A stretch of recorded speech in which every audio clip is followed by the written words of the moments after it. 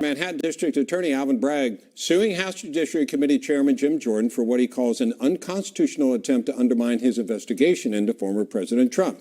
Now, Alvin Bragg wants a federal judge to block congressional subpoenas for key witnesses at the same time. Jordan's House Committee plans to stage a major field hearing next week in Manhattan, focusing on Bragg's policies in New York's crime wave. That's right. We're going to go live to Capitol Hill, where our congressional correspondent, Kilmeny Ducart, is standing by with the latest details. Kilmeny.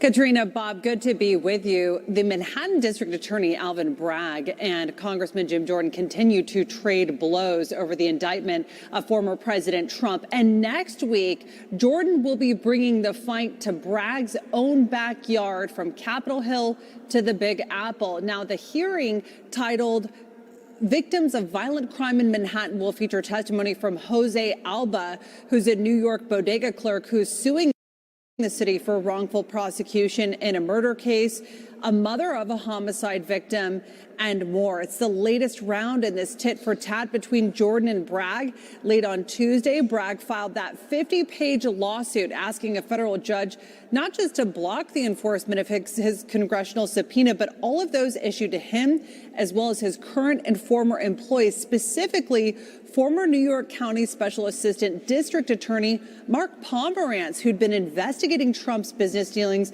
and reportedly resigned in protest when Bragg wouldn't move forward with an indictment. Pomerantz has published a tell-all book about his efforts to prosecute the former president. Well, the lawsuit states Chairman Jordan's demands, including his subpoena to Mr. Pomerantz, seek highly sensitive and confidential local prosecutorial information that belongs to the office of the district attorney. Now, Jordan issued this response on Twitter defending congressional oversight, saying, first they indict a president for no crime, then they sue to block congressional oversight when we ask questions about the federal funds they say they used to do it. Now, a Trump-appointed judge has actually blocked a temporary restraining order on that subpoena. So the decision, or the hearing rather, about whether that subpoena will be blocked, which legal analysts say likely not, is going to be the day before Pomerantz is due to provide deposition to the committee on April 20th. Now, in terms of what the committee hopes to learn from that testimony, a spokesperson tells me everything that's in his book.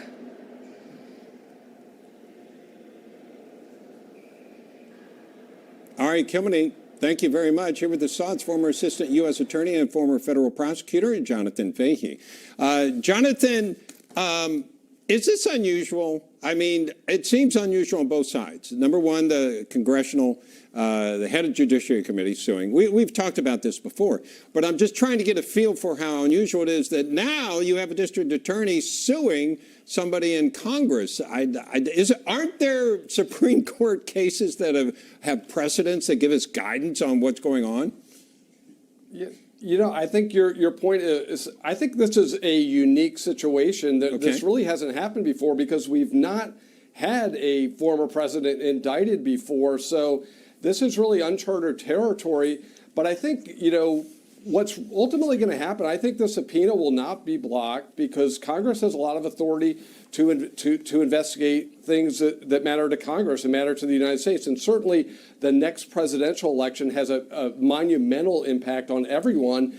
And certainly their view, and I think it's supported by the evidence, and even on almost every network, people aren't even really arguing that this is a political prosecution, and it really seems to be an abuse of power, unless there's something we don't know at this point. By the way, let's say it is a political prosecution, which doesn't serve the judiciary well. We understand that.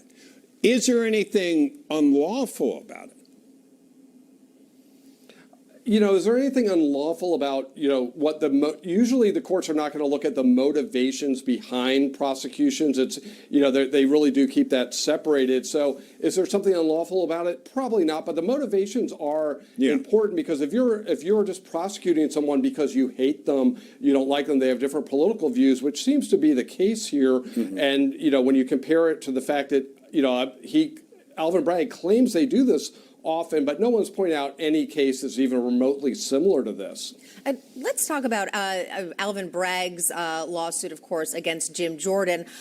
Jordan saying he's suing simply to prevent or to block congressional oversight. Should congressional oversight be allowed in something like this? I know you pointed out that this is kind of the first time we've seen anything like this, but what would you presume there? You know, they have, again, broad authority for oversight, and they certainly have an interest in our next presidential election, how that's conducted. And if a local prosecutor is seeking to basically do a political hit job through the use of the judicial process, they should look into that.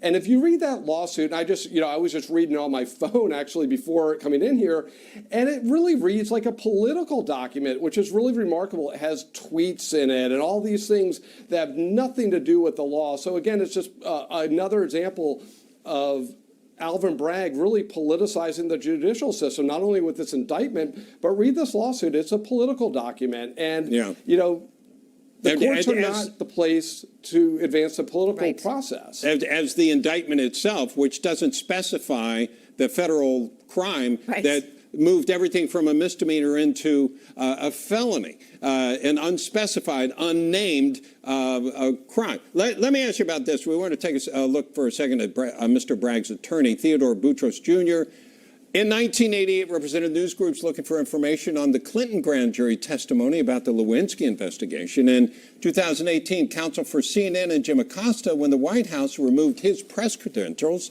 In 2018, also counsel for Fusion GPS. If that name rings a bell, they were defending its work on the Steele dossier. How should we read this? When you look at that information, what do you think? Well, this person seems highly political, and the fact that he wrote a book after leaving the office seems highly inappropriate, talking about pending cases within the office. But it really does support the fact this is politically motivated, because my understanding is Alvin Bragg did not want to prosecute this case, and then all of a sudden somebody's coming out with a book, and now they're indicting this case, and Alvin Bragg suggested that there's new information that came up. That would be quite interesting. What came up between the time he decided not to prosecute and the time he decided to change his mind and prosecute? That would be quite interesting, because that would really show, is this politically motivated, or it would further confirm that, or maybe even be favorable to Alvin Bragg. But at this point, when somebody's writing a book with a political agenda, you have to at least be skeptical of what's going on in that office. Are they treating this case fairly? Donald Trump should be treated no better and no worse than any one of us. Very well said. All right, Jonathan Fahey, appreciate your insights. Thank you. Thank you.